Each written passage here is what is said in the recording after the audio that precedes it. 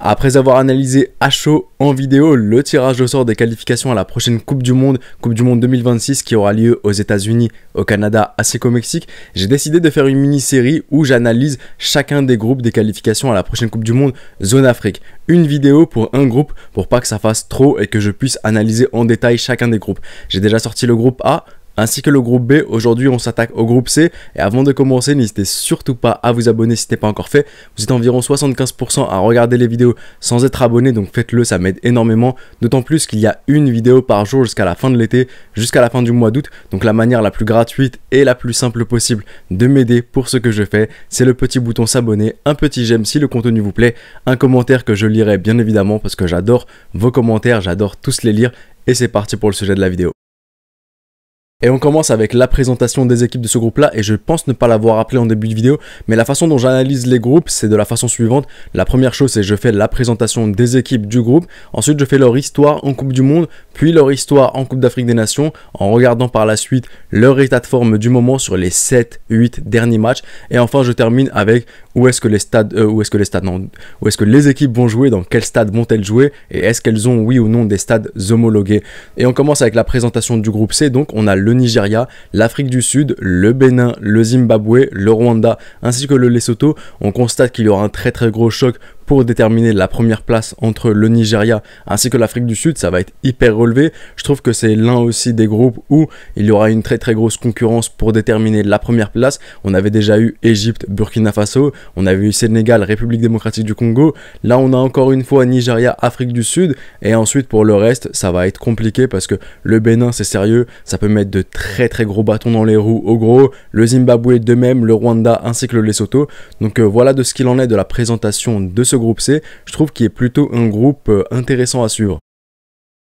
En ce qui concerne leur histoire maintenant en Coupe du Monde, sur les 6 équipes de ce groupe C, seules 2 sont déjà allées en Coupe du Monde. Le Nigeria qui est allé en Coupe du Monde à 6 reprises, et sur les 6 reprises, ils sont allés 3 fois en 8e de finale, et l'Afrique du Sud qui est allé à 3 reprises en Coupe du Monde, dont une fois en 2010 en tant que pays hôte, pays organisateur. À noter que c'était la seule fois où un pays africain avait organisé la Coupe du Monde.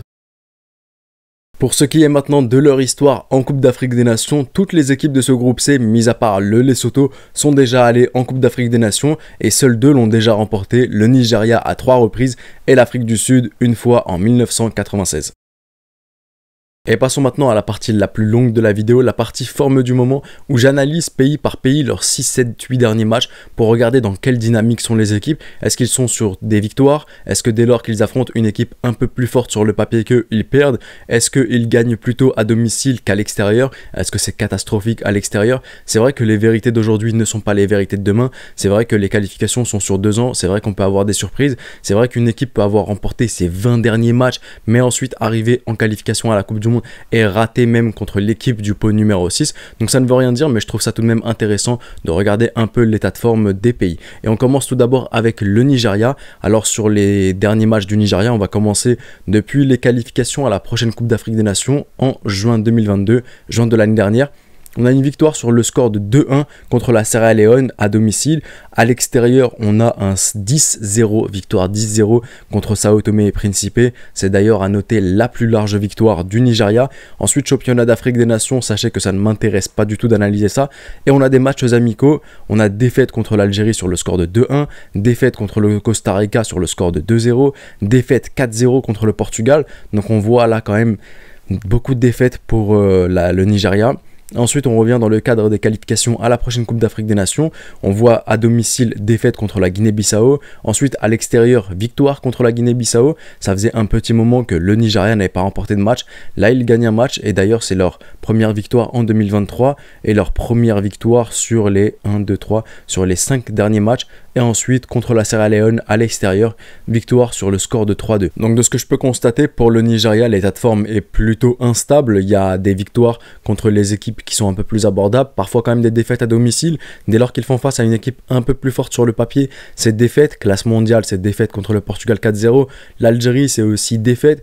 Donc contre l'Afrique du Sud, pour le Nigeria, il va falloir faire très très attention et aussi à ne pas sous-estimer des équipes qui peuvent être chapeau 3, chapeau 4, chapeau 5, chapeau 6, parce que visiblement la Guinée-Bissau a quand même réussi à leur faire perdre 1-0 à domicile. Donc il faudra être très très méfiant et il faudra surtout compter sur beaucoup de tactiques pour le Nigeria. Ils ont des individualités incroyables. Il y a quand même pas mal de pays d'Afrique qui ont toujours eu des individualités incroyables, mais pour autant ça n'a pas ramené de Coupe d'Afrique des Nations. Et il faudra surtout miser sur un bon entraîneur et une bonne tactique. Je pense que c'est le plus important pour le Nigeria pour mettre en avant et mettre en lumière toutes les individualités qu'ils ont. En ce qui concerne maintenant l'Afrique du Sud, les Bafana, je ne vais pas prendre en compte les matchs de la COSAFA Cup ainsi que les matchs du championnat d'Afrique des Nations, et on va partir du match de qualification à la prochaine Coupe d'Afrique des Nations qui avait eu lieu en juin 2022, juin de l'année dernière, contre le Maroc. C'est une défaite 2-1 pour l'Afrique du Sud, victoire du Maroc. Ensuite on revient dans le cadre de matchs amicaux contre la Sierra Leone, victoire 4-0, contre le Botswana, victoire 1-0, contre le Mozambique, victoire 2-1, contre l'Afrique du Sud, victoire 1-1. Ensuite on revient dans le cadre des matchs de qualification à la prochaine Coupe d'Afrique des Nations.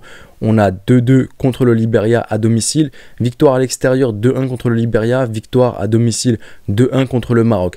Voilà un peu l'état de forme de l'Afrique du Sud. Je sens vraiment une Afrique du Sud qui revient en force et qui est qualifié d'ailleurs à la prochaine Coupe d'Afrique des Nations. Il ne l'était pas à la dernière. Donc c'est une Afrique du Sud qui sera redoutable, une Afrique du Sud contre qui il faudra faire attention, et je pense vraiment que ce sera une Afrique du Sud qui pourra vraiment mettre beaucoup de bâtons dans les roues pour le Nigeria. Je vois très peu de faux pas contre les petits de la part de l'Afrique du Sud. On pourra toujours me dire il y a le 2-2 contre le Libéria, mais mis à part ça, je trouve que c'est une équipe qui revient en puissance. C'est une équipe aussi dont le championnat revient de plus en plus fort avec Mamelodi Sundowns, avec Amazulu. Donc honnêtement ça pourra faire énormément de bien cette progression locale pour l'Afrique du Sud, et je pense que ça va influencer l'état de forme de l'équipe nationale. En ce qui concerne maintenant le Bénin, depuis les qualifications à la prochaine Coupe d'Afrique des Nations en juin dernier, le Bénin a joué très peu de matchs. On a contre le Sénégal à l'extérieur une défaite sur le score de 3-1, défaite à domicile contre le Mozambique sur le score de 1-0, championnat d'Afrique des Nations, cela ne m'intéresse pas, défaite contre la Mauritanie dans le cadre d'un match amical à l'extérieur sur le score de 1-0, défaite contre Madagascar à l'extérieur sur le score de 3-1, ensuite match nul contre le Rwanda dans le cadre des qualifications à la prochaine Coupe d'Afrique des Nations, 1 partout, alors que le Rwanda avait quand même chopé un carton rouge. Ensuite il y a victoire à l'extérieur contre le Rwanda sur le score de 3-0, mais c'est parce que le Rwanda a été forfait. Et ensuite match nul contre le Sénégal sur le score de 1 partout à domicile. De ce que je peux voir honnêtement, c'est qu'il n'y a aucune victoire, parce que la victoire sur forfait, pour moi, c'est un peu compliqué de la considérer comme étant une victoire. Ça reste une victoire, c'est vrai, il n'y a rien à dire là-dessus, mais de ce que je vois, c'est que la seule victoire que le Bénin a sur les 12 derniers mois, c'est une victoire par forfait. Le reste, malheureusement, ça n'est que des défaites et matchs nuls, mais il n'empêche que le Bénin pourra toujours faire mal et voler des points au gros. Honnêtement, je vois le Bénin comme étant un Robin des Bois dans ce groupe-là. Je vois le Bénin, par exemple, faire match nul contre le Nigeria et ensuite donner au Lesotho, par exemple, un 3 points. Donc voilà de ce qu'il en est du Bénin. En ce qui concerne maintenant le Zimbabwe, je suis désolé, mais il n'y a rien à analyser. Comme vous pouvez le voir, il y a du championnat d'Afrique des Nations, des qualifications au championnat d'Afrique des Nations. Mais le truc, c'est que même là, ils sont déclarés forfaits. Ensuite, les résultats remontent à la dernière Coupe d'Afrique des Nations qui avait lieu au Cameroun. Le Zimbabwe d'ailleurs étant disqualifié des qualifications à la prochaine Coupe d'Afrique des Nations. Je ne sais plus s'ils étaient dans le groupe du Maroc, de l'Afrique du Sud et du Libéria, ou bien celui du Cameroun et du Burundi, mais parce que je sais qu'il y a Zimbabwe et Kenya qui étaient disqualifiés, mais malheureusement il n'y a absolument rien à analyser du tout sur le Zimbabwe. Pour le Rwanda maintenant, depuis le mois de juin 2022, le mois de juin dernier, on a donc qualification à la prochaine Coupe d'Afrique des Nations, match nul contre le Mozambique à l'extérieur, à domicile défaite contre le Sénégal 1-0, ensuite championnat d'Afrique des Nations, ça ne m'intéresse pas. Match amical, on a Guinée équatoriale contre Rwanda, match nul. Rwanda défaite 3-1 contre Saint-Elio Lupopo. C'est quoi ça? Ah purée, c'est un club de la RDC carrément. Ah ok.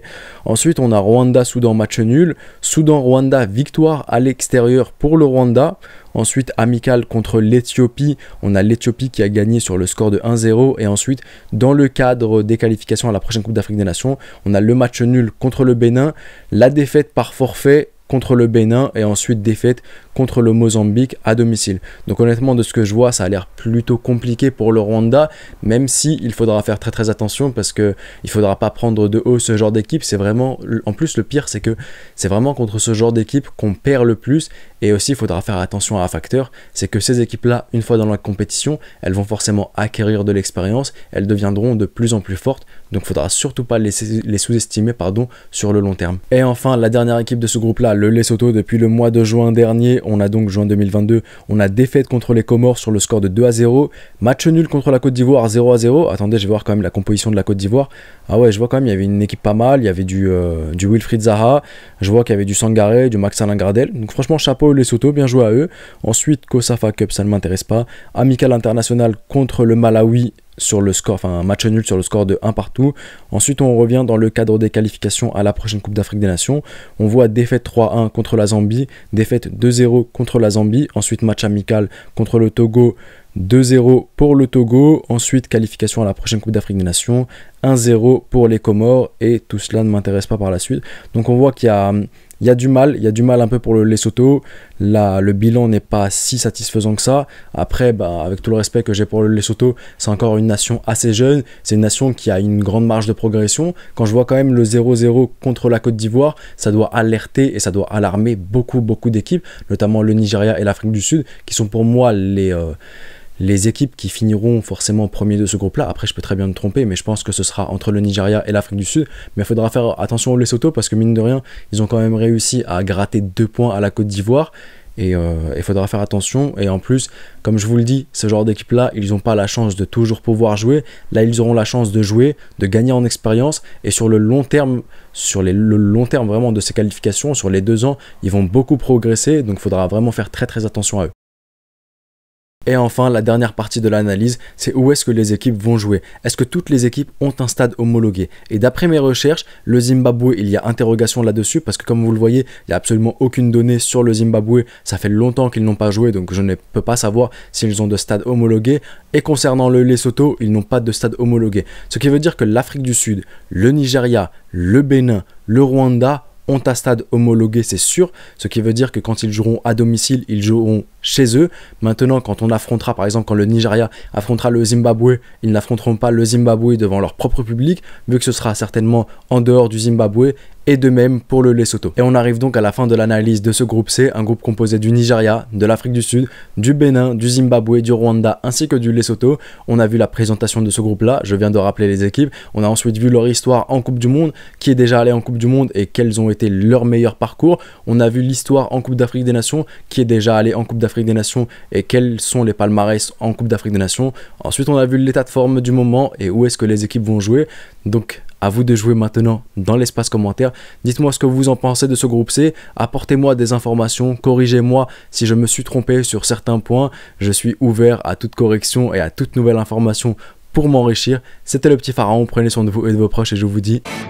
Arrivederci.